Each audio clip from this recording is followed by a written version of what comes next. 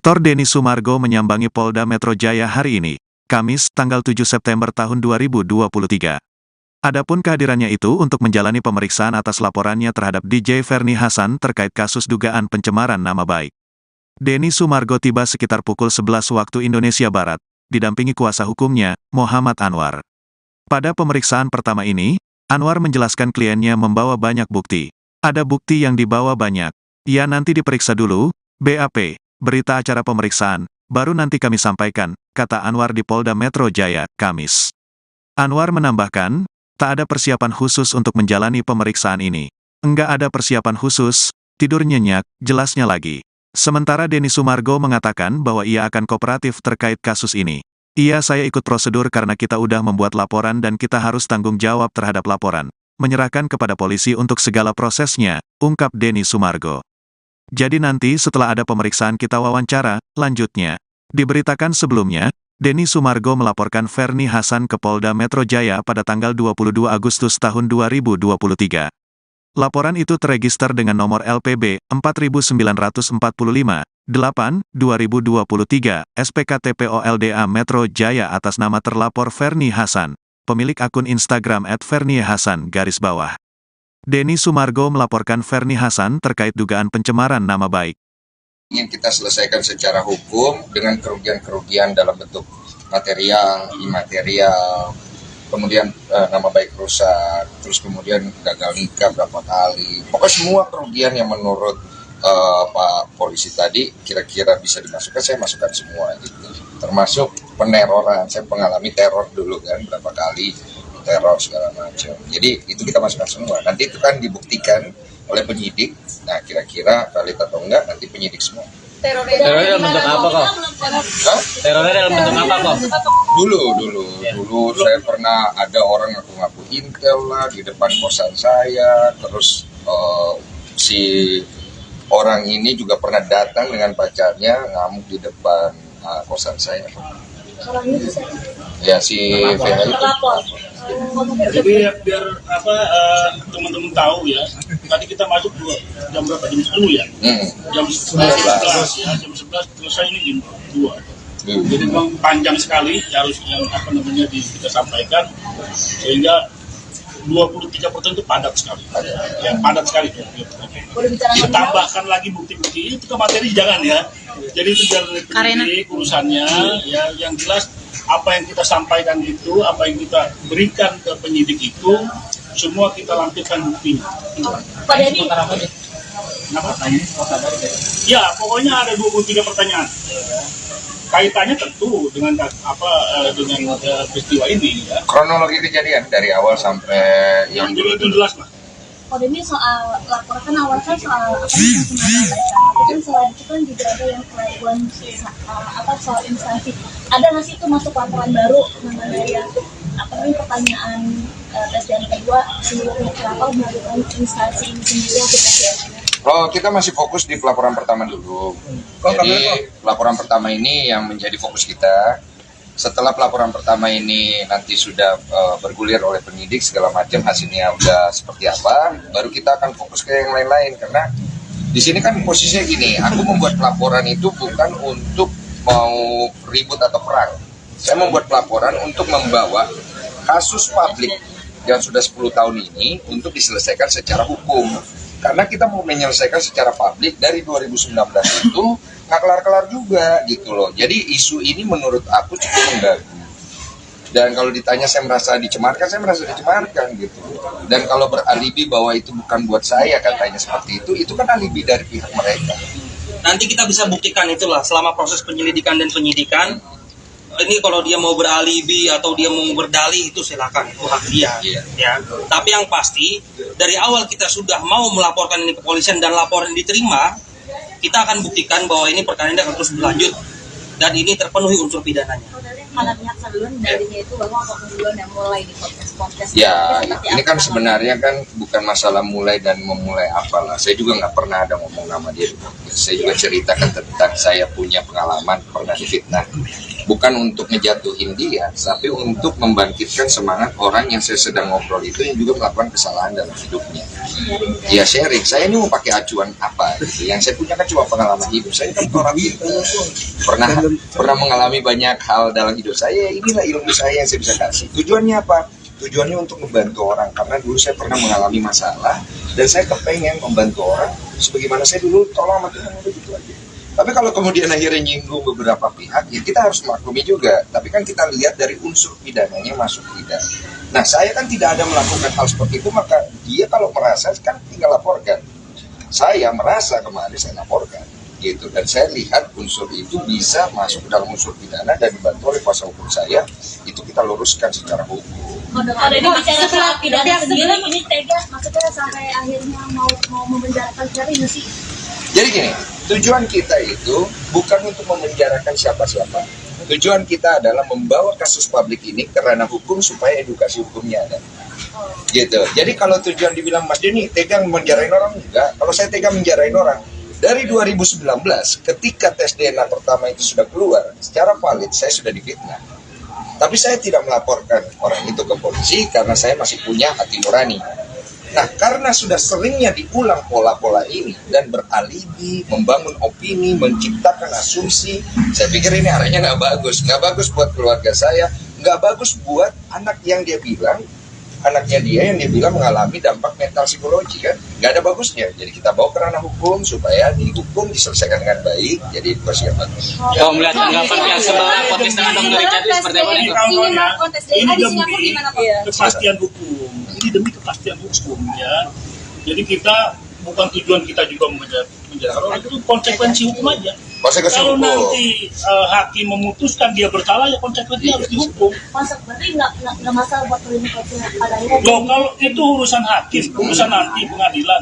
Sekarang ini masih lidik, ya. Tahapannya panjang ini, ya nanti lidik, ya sidik, ya nanti P21, ke jaksa, ya kan, baru ke pengadilan. Edukasi. Tapi kalau hukum Ini iya, edukasi untuk masyarakat ini, ya, supaya ada kepastian. tapi kalau hukum menawarkan tes psikologi, Ya, saya nggak bisa. Itu tahapan itu pasti ada. Cuma hal itu sudah kita lalui dari 2019. Nantilah Itu kalau nanti kita itu bicara nanti lah. kalau udah ada justice restorasi Iya. restoratifnya seperti apa, Iya. nanti kita lihat. Tapi poinnya kita di sini kan bukan mau bikin pelaporan terus kemudian bergimik, bukan itu. Iya. Kita tidak sedang bergimik di sini. Kalau memang dari penyidik menyatakan ini P21 masuk ke proses pengadilan, kita ikut semua sampai endingnya di mana. Mas tanggapan dia. Sebenarnya tes DNA di Singapura. Tes DNA di Singapura gimana kok? Ya diatur aja. Kan babangnya sudah ngomong, wah kan saksi kalian loh saksi. Jadi kan udah oke aja. Mau di mana aja boleh. Tapi udah ada tanggalnya belum sih? Oke, tanggal sekian kita berangkat ke Singapura. Saya nggak pernah dikabar-kabarin apa-apa. Saya Kalau ada capek. obrolan sama pihak sana belum? Saya sudah ngubungin bapak pengacaranya secara pribadi langsung. Saya nggak tahu itu dia atau bukan. Izin Pak, silakan. Silakan Pak. Maaf Pak, ya izin ganggu ya, Pak, maaf banget Pak. Ini berarti bonding nggak sih sama itu sendiri yang memakan satu tadi kan tadi.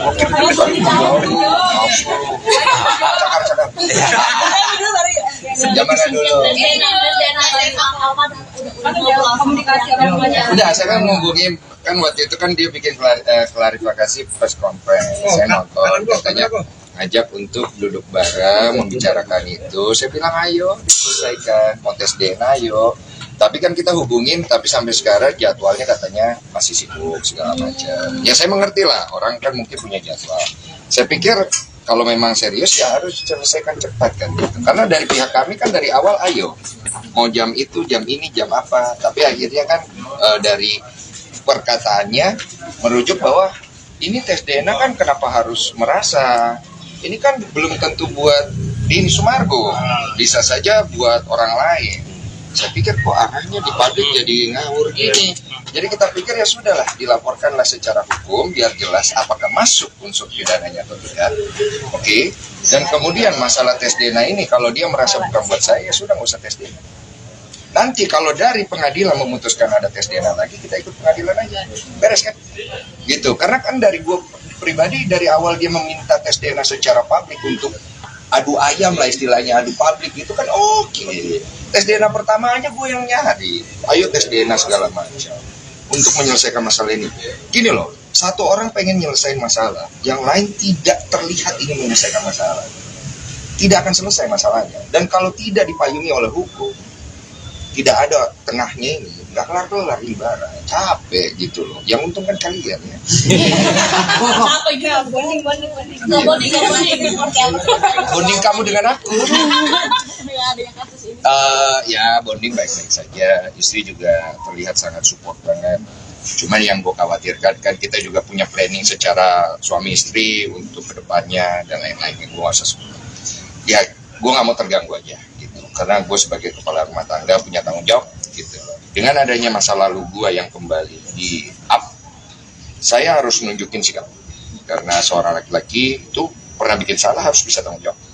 Maupun di sini orang mungkin melihat saya, wah Mas Denny udah bener segala macam. Bukan itu fokus saya. Fokus saya adalah saya ingin orang tahu kalau saya tanggung jawab sebagai kepala rumah tangga. Menjaga kesehatan dari si Olive sendiri untuk misalkan program gitu kan. Iya.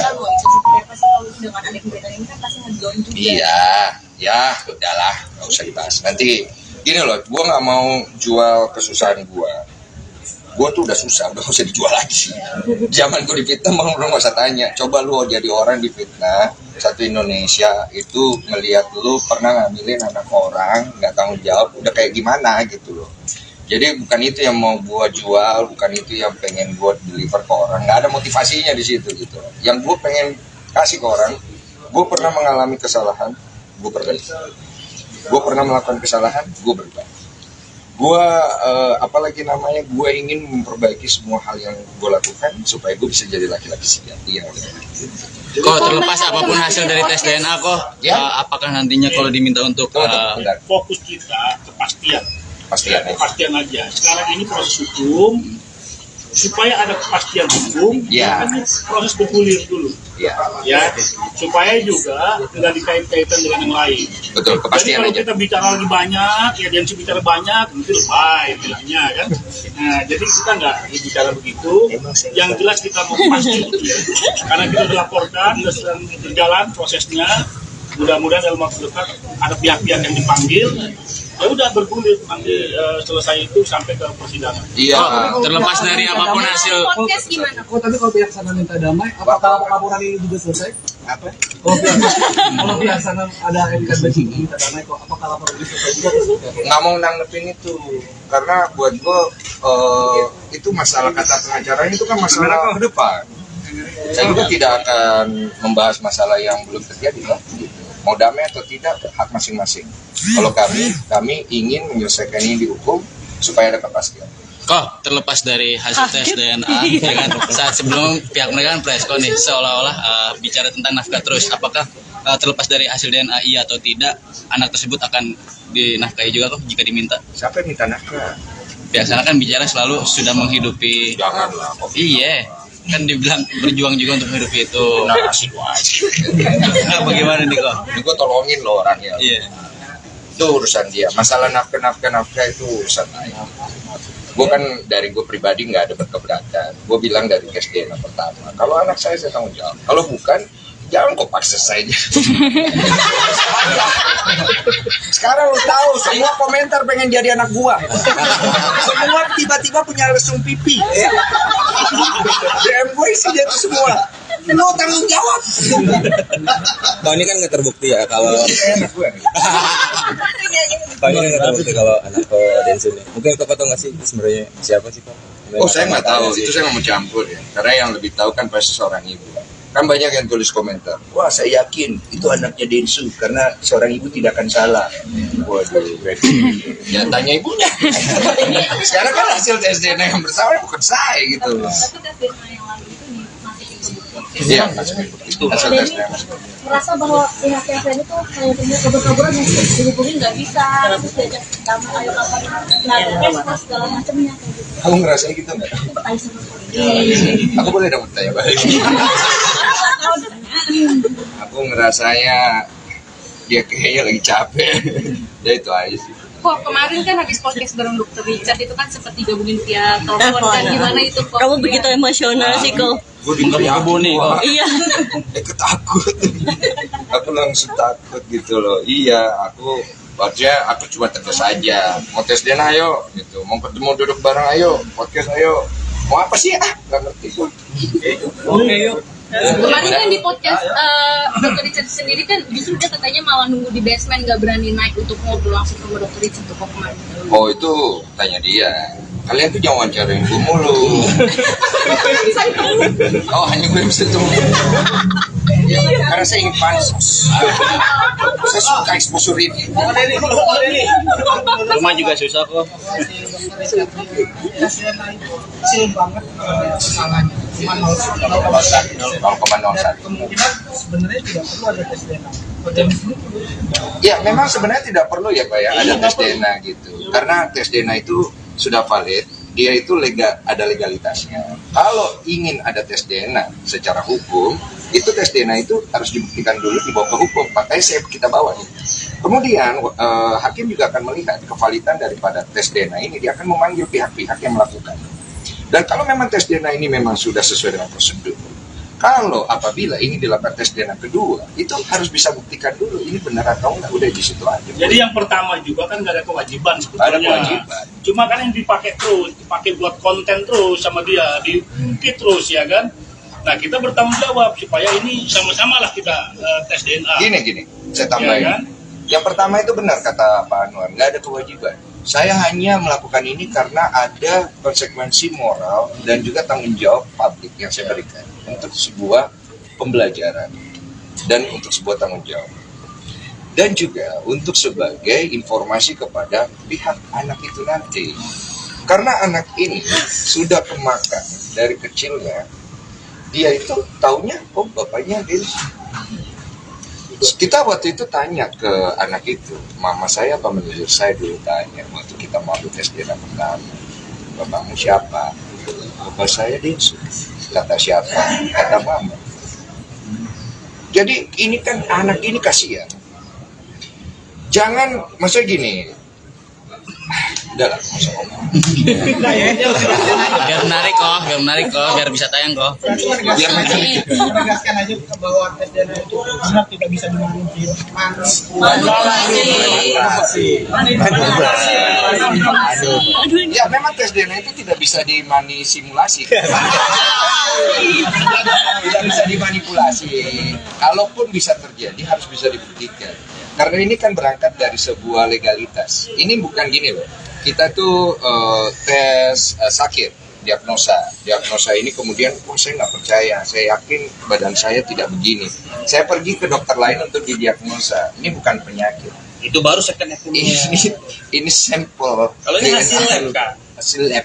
Kayak lu punya darah nih, darah lu A.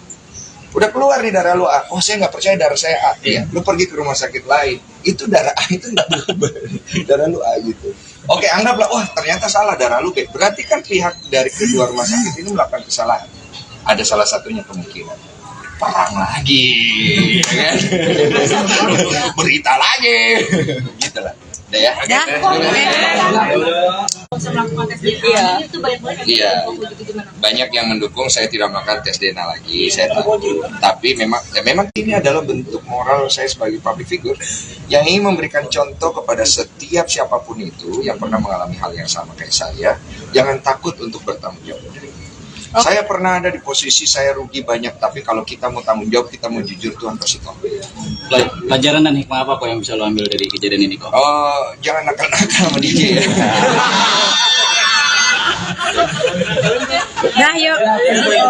Dr. Denny Sumargo menyambangi Polda Metro Jaya hari ini, Kamis, tanggal 7 September tahun 2023. Adapun kehadirannya itu untuk menjalani pemeriksaan atas laporannya terhadap DJ Ferni Hasan terkait kasus dugaan pencemaran nama baik. Denny Sumargo tiba sekitar pukul 11 waktu Indonesia Barat, didampingi kuasa hukumnya, Muhammad Anwar. Pada pemeriksaan pertama ini, Anwar menjelaskan kliennya membawa banyak bukti. Ada bukti yang dibawa banyak. Ya nanti diperiksa dulu, BAP, berita acara pemeriksaan, baru nanti kami sampaikan, kata Anwar di Polda Metro Jaya, Kamis. Anwar menambahkan, Tak ada persiapan khusus untuk menjalani pemeriksaan ini. Enggak ada persiapan khusus, tidur nyenyak, jelasnya lagi. Sementara Denny Sumargo mengatakan bahwa ia akan kooperatif terkait kasus ini. Saya ikut prosedur karena kita udah membuat laporan dan kita harus tanggung jawab terhadap laporan. Menyerahkan kepada polisi untuk segala prosesnya, ungkap Denny Sumargo.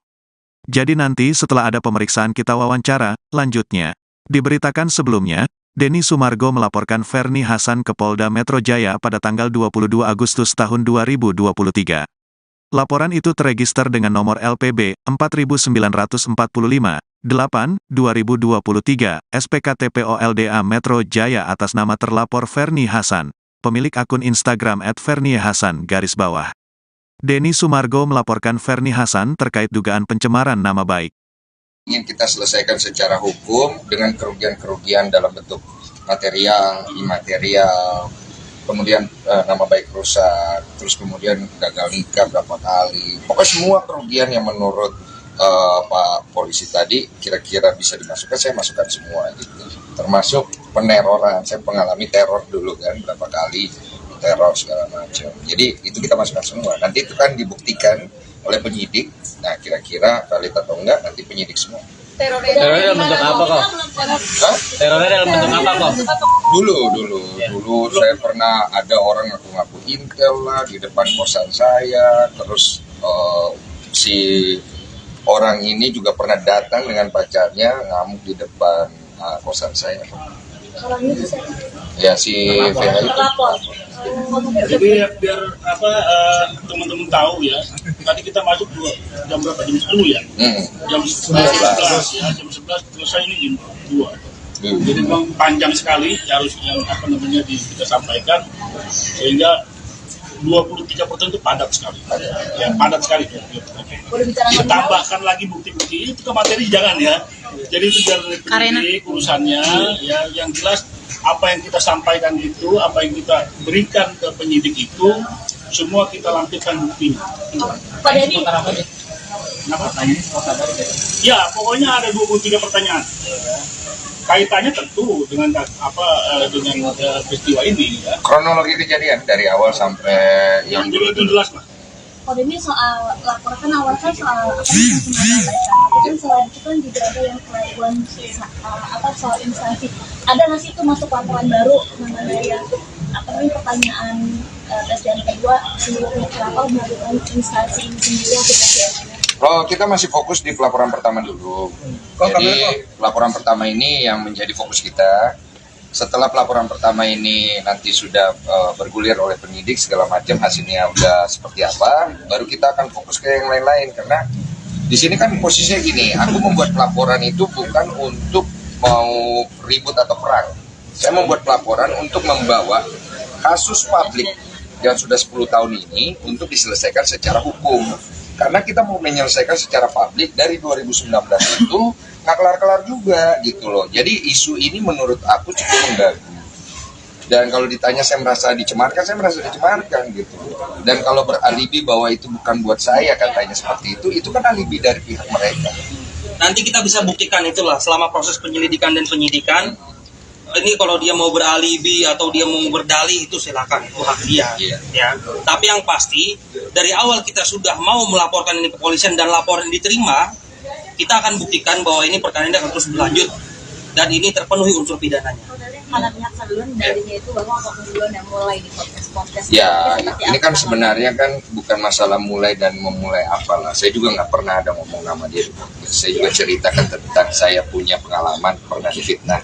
Bukan untuk ngejatuhin dia, tapi untuk membangkitkan semangat orang yang saya sedang ngobrol itu yang juga melakukan kesalahan dalam hidupnya. Ya sharing, saya ini mau pakai acuan apa gitu. Yang saya punya kan cuma pengalaman hidup. Saya kan orang pintar, pernah mengalami banyak hal dalam hidup saya. Inilah ilmu saya yang saya bisa kasih. Tujuannya apa? Tujuannya untuk membantu orang. Karena dulu saya pernah mengalami masalah dan saya kepengen membantu orang sebagaimana saya dulu tolong sama Tuhan, udah gitu aja. Tapi kalau kemudian akhirnya nyinggung beberapa pihak, ya kita harus maklumi juga. Tapi kan kita lihat dari unsur pidananya masuk tidak. Nah, saya kan tidak ada melakukan hal seperti itu, maka dia kalau merasa kan tinggal laporkan. Saya merasa kemarin saya laporkan, gitu. Dan saya lihat unsur itu bisa masuk ke dalam unsur pidana dan dibantu oleh kuasa hukum saya, itu kita luruskan secara hukum. Kalau bicara soal pidana sendiri, ini tega, maksudnya sampai akhirnya mau memenjarakan Ferry nggak sih? Jadi gini, tujuan kita itu bukan untuk memenjarakan siapa-siapa. Tujuan kita adalah membawa kasus publik ini ke ranah hukum supaya edukasi hukumnya ada. Gitu. Jadi kalau tujuan dibilang Mas Denny tega menjarain orang, enggak. Kalau saya tega menjarain orang, dari 2019 ketika tes DNA pertama itu sudah keluar, secara valid saya sudah difitnah. Tapi saya tidak melaporkan orang itu ke polisi karena saya masih punya hati nurani. Nah, karena sudah seringnya diulang pola-pola ini dan beralibi, membangun opini, menciptakan asumsi, saya pikir ini arahnya nggak bagus. Nggak bagus buat keluarga saya, nggak bagus buat anak yang dia bilang, anaknya dia yang dia bilang mengalami dampak mental psikologi kan. Nggak ada bagusnya. Jadi kita bawa ke ranah hukum supaya dihukum, diselesaikan dengan baik, jadi persiapan. Kalau melihat tanggapan pihak sebelah podcast dengan Dr. Richard itu seperti apa nih? Ini demi kepastian hukum. Ini demi kepastian hukum ya. Jadi kita bukan tujuan kita juga menjadi orang, itu konsekuensi hukum aja. Konsekuensi Kalau hukum. nanti hakim memutuskan dia bersalah, ya konsekuensinya harus dihukum. Berarti nggak masalah buat terima kasih pada ini. Loh, kalau itu urusan hakim, urusan nanti pengadilan. Sekarang ini masih lidik, ya. Tahapannya panjang ini, ya nanti lidik, ya sidik, ya nanti P21 ke jaksa, ya kan, baru ke pengadilan. Tapi kalau hukum Ini ya, edukasi untuk masyarakat ini, ya, supaya ada kepastian. tapi kalau hukum menawarkan tes kalau Restorasi. Ya, saya nggak bicara. Itu tahapan itu pasti ada. Cuma hal itu sudah kita lalui dari 2019. Nantilah Itu kalau nanti kita itu bicara nanti lah. kalau udah ada justice restorasi Iya. restoratifnya seperti apa, Iya. nanti kita lihat. Tapi poinnya kita di sini kan bukan mau bikin pelaporan terus kemudian bergimik, bukan itu. Iya. Kita tidak sedang bergimik di sini. Kalau memang dari penyidik menyatakan ini P21 masuk ke proses pengadilan, kita ikut semua sampai endingnya di mana. tanggapan dia? Sebenarnya tes DNA Di Singapura. Nafsu banget aja capek.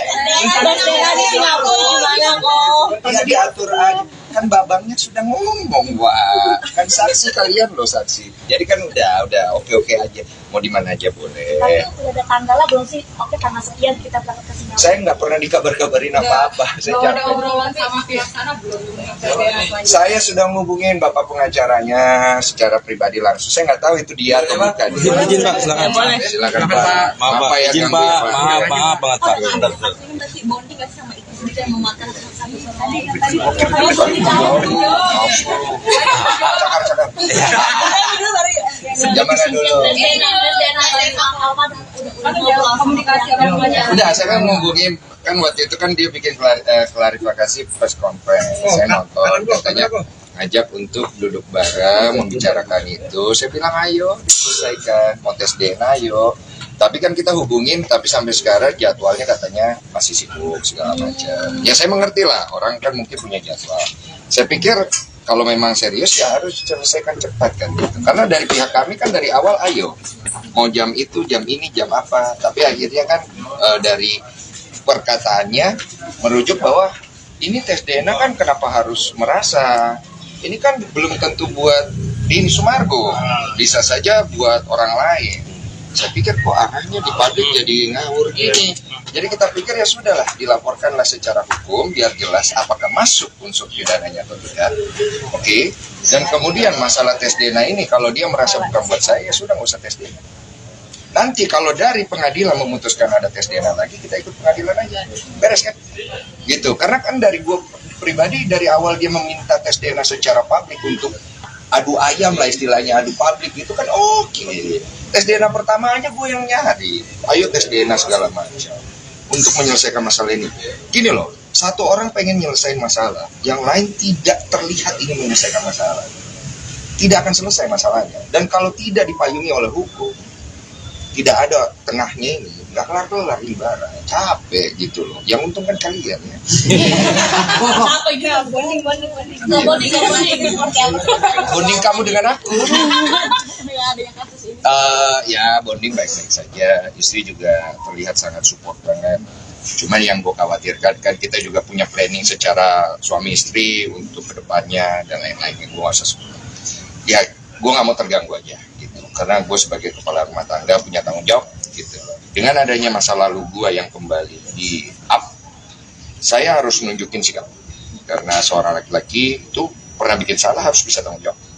Maupun di sini orang mungkin melihat saya, wah Mas Denny udah benar segala macam. Bukan itu fokus saya. Fokus saya adalah saya ingin orang tahu kalau saya tanggung jawab sebagai kepala rumah tangga. Menjaga kesehatan dari si Olive sendiri untuk misalkan program itu kan Iya. kita loh, itu seperti apa sih Olive dengan adik berita ini kan pasti ngedown juga. Iya, ya udahlah, nggak usah dibahas. Nanti gini loh, gue nggak mau jual kesusahan gue. Gue tuh udah susah, udah gak usah dijual lagi. Zaman gue difitnah, lu gak usah tanya. Coba lu jadi orang difitnah, satu Indonesia itu ngelihat lu pernah ngambilin anak orang, nggak tanggung jawab, udah kayak gimana gitu loh. Jadi bukan itu yang mau gue jual, bukan itu yang pengen gue deliver ke orang. Nggak ada motivasinya di situ gitu. Yang gue pengen kasih ke orang, gue pernah mengalami kesalahan, gue perbaiki. Gue pernah melakukan kesalahan, gue berubah. Gue apalagi namanya, gue ingin memperbaiki semua hal yang gue lakukan supaya gue bisa jadi laki-laki sejati yang lebih baik. Kok terlepas apapun hasil dari tes DNA kok, Ya. apakah nantinya kalau diminta untuk Bentar. Fokus kita kepastian. Pastian aja. Aja. Sekarang ini proses hukum, supaya ada kepastian hukum, Ya. kan proses bergulir dulu, Ya, ya, supaya juga tidak dikait-kaitan dengan yang lain. betul, Jadi kepastian kalau aja. kita bicara lagi banyak, ya dia bicara banyak, nanti lebay bilangnya kan. Nah, jadi kita nggak bicara begitu. Yang jelas kita mau pasti, ya. Karena kita sudah laporkan, sudah sedang berjalan prosesnya. Mudah-mudahan dalam waktu dekat ada pihak-pihak yang dipanggil. Ya udah bergulir nanti selesai itu sampai ke persidangan. Iya. terlepas dari apapun hasil Podcast gimana? Oh, tapi kalau pihak sana minta damai, apakah laporan ini juga selesai? Apa? Kalau pihak sana ada MK begini, minta damai, kok apakah laporan ini selesai juga? Nggak mau nanggepin itu, karena buat gue itu masalah kata pengacaranya itu kan masalah ke depan. Saya juga tidak akan membahas masalah yang belum terjadi lah. Gitu. Mau damai atau tidak hak masing-masing. Kalau kami ingin menyelesaikan ini di hukum supaya ada kepastian. kok terlepas dari hasil tes DNA ya kan, saat sebelum pihak mereka kan preskon nih seolah-olah bicara tentang nafkah terus, apakah terlepas dari hasil DNA iya atau tidak anak tersebut akan dinafkahi juga kok jika diminta? Siapa yang minta nafkah? Pihak sana kan bicara selalu sudah menghidupi. Janganlah. Iya, kan dibilang berjuang juga untuk menghidupi itu. Nah, kasih lu aja. Nah, bagaimana nih kok? Ini gue tolongin lo orangnya. Iya. Itu urusan dia. Masalah nafkah itu urusan saya. Gue kan dari gue pribadi nggak ada berkeberatan. Gue bilang dari tes DNA pertama. Kalau anak saya tanggung jawab. Kalau bukan, jangan kok paksa saya. Sekarang lu tahu semua komentar pengen jadi anak gua. Semua tiba-tiba punya lesung pipi. DM gue isi dia tuh semua. Lu tanggung jawab. Bang, ini kan nggak terbukti ya kalau Enak gue. Bang, ini kan nggak terbukti kalau anak ke Densun ya. Mungkin Bapak tahu nggak sih sebenarnya siapa sih Pak? Oh, saya nggak tahu. Itu saya nggak mau campur ya. Karena yang lebih tahu kan pasti seorang ibu. Kan banyak yang tulis komentar, wah saya yakin itu anaknya Densu karena seorang ibu tidak akan salah. Waduh, ya tanya ibunya. Sekarang kan hasil tes DNA yang bersalah bukan saya gitu. Tapi tes DNA yang lalu itu masih dibuktikan. Iya, itu hasil tes DNA. Merasa bahwa pihak-pihak lain itu kayak punya kabur-kaburan yang dihubungi